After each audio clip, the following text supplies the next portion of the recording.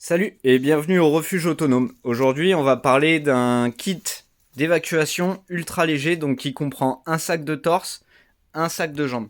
C'est une première vidéo, on en fera d'autres, parce que là, il n'y a qu'une partie du kit, hein. Il y a une autre partie dans un petit sac à dos. C'est vraiment le minimum, vous voyez. Sans sac à dos, vous prenez que ces deux sacs-là et vous avez le minimum pour tenir 4-5 jours à deux, sans trop de problèmes, voilà. Donc il y a de la paracorde, une boussole, un poncho, une tente d'urgence, deux duvets d'urgence, une paire de lunettes de soleil, deux lacets, deux paires de lacets. On a une gamelle dans laquelle il y a du thé et du café. Il y a un petit kit couture en cas d'urgence, voilà. On a les aiguilles, une bobine de fil, ça dépanne. Ça peut faire le boulot. Euh, on a un petit peu de fil de fer. On a une lampe d'urgence qui fait radio d'urgence pour rester informé de ce qui se passe quand même. On a un petit kit lumière avec une lampe et une petzel, hyper pratique quand on marche de nuit, etc.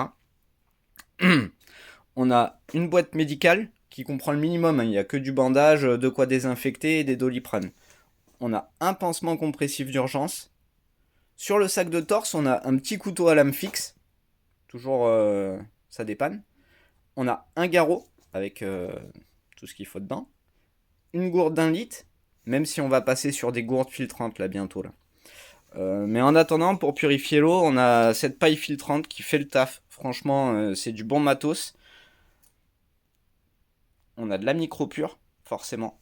Sur le sac de torse, on a un kit d'énergie. En fait, c'est un double panneau solaire qui se déplie et une batterie externe pour recharger les téléphones et tout. Ça fait le taf. C'est hyper pratique. On a bien sûr de la bouffe, donc des soupes, clairement, avec des petites barres de céréales. Ça suffit, hein. C'est vraiment un kit d'urgence. On a une bouteille de pâtes, une bouteille de riz, pour que ça tienne au corps quand même. On a un fire steel, un briquet et des allumettes tempête. Il faut prévoir pour le feu. Le feu, c'est la survie. On a une pince multifonction, un couteau à lame fixe. Donc c'est clairement un couteau de camp, quoi, hein. Bon, on voit qu'il a servi déjà. C'est c'est pas son, enfin, je veux dire, c'est vraiment un couteau que je prends tous les jours sur moi là. C'est du très bon matos. C'est Baco qui fait ça. J'ai acheté ça il y a peut-être 10 ans et c'était toujours en super état. Et que ce soit la scie ou le couteau, ça fait le taf. On a une paire de jumelles et des serflex. Serflex hyper pratique aussi, à ne pas négliger. Voilà, on est vraiment sur le kit minimum ultra léger quoi. On va faire des vidéos sur les boîtes mortes, on va faire des vidéos sur les kits d'évacuation plus lourds pour véhicules, on va faire des vidéos sur les kits d'évacuation pour les chiens, pour les enfants, pour plein de choses. Il faut vraiment rester à l'écoute. Allez voir sur le refuge autonome, vous y trouverez plein d'infos.